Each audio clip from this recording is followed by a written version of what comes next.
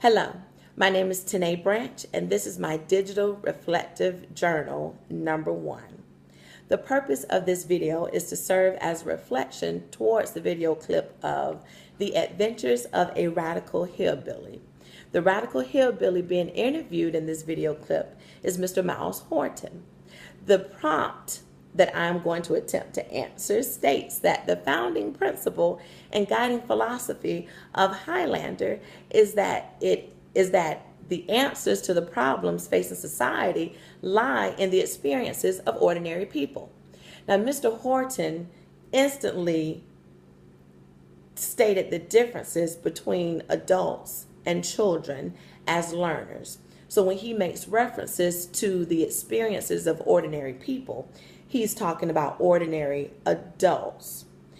When he started going into more depth and detail about teaching adults, I instantly thought about a theory that I am currently studying a little bit more of, which is the theory of adult learning, also called the theory of andragogy, coined by Malcolm Knowles. In this theory of andragogy, even though there are 6 principles, I believe that Mr. Miles Horton was able to really pinpoint 4 of them, and he used these 4 in his practices of adult learning, leadership, and leadership preparation. The first one is that the experience of adults is their foundation for learning. Mr. Horton truly believes that in order to have adults understand where they're going, they need to first know where they have come from, which is their own experiences. He also indicated that they can not only learn from their own experiences, but to learn from the experiences of other people, so that way they form a cohort and not form a sense of competition. The second point of this 6-point theory is the learning must have relevance to the adult learners. Mr. Horton understands that the adults need to be able to relate to what it is that they need to learn. The first thing that he understood that he needed to do was to connect to the adults in order for them to want to learn. He did this by making sure that they were fed if they were hungry before he started to even attempt to teach them something else. Number 3, the learning must be problem-centered. What is the problem that the adults have? How can they go about solving it?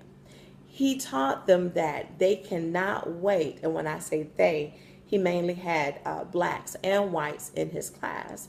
He taught them that they could not wait for higher paid individuals or the government to come down and help them. He taught them how to help themselves, which is going based on their experiences once again. So the learning must be problem-centered. What is the problem that you have, is what he would say. And how can you solve your problem without waiting for somebody else to come and solve it for you? And then the 4th one that I would like to share is that adults are led by internal motivations. Mr. Horton made it very clear that he cannot motivate other people. He has to encourage them to be able to motivate themselves.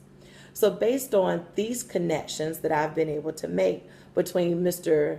Miles Horton and Malcolm Knowles' theory of adult learning, I was able to then synthesize and see how this flowed into the leadership preparation. The first thing is that Mr. Horton stated that he needed to take people who can multiply themselves. When I think about the concept of leadership, it is all about being able to learn those leadership practices and then go out and spread the wealth. Something about the philosophy of Highlander is that he did not believe that Highlander should have been a large school. It didn't have 1,200 people or 1,000,000 people, even though it definitely impacted millions of people, but it started with just simply 20 to 30 people at a time. When I made that connection to our own experiences in our own cohort at the University of North Florida, it reminds me that we only have 17 people in our cohort.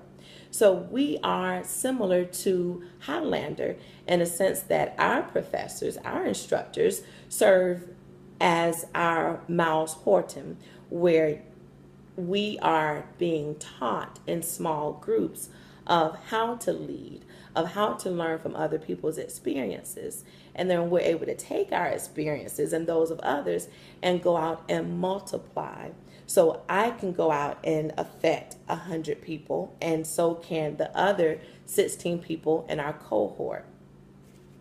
As well, we are a group of leaders in cohort 23.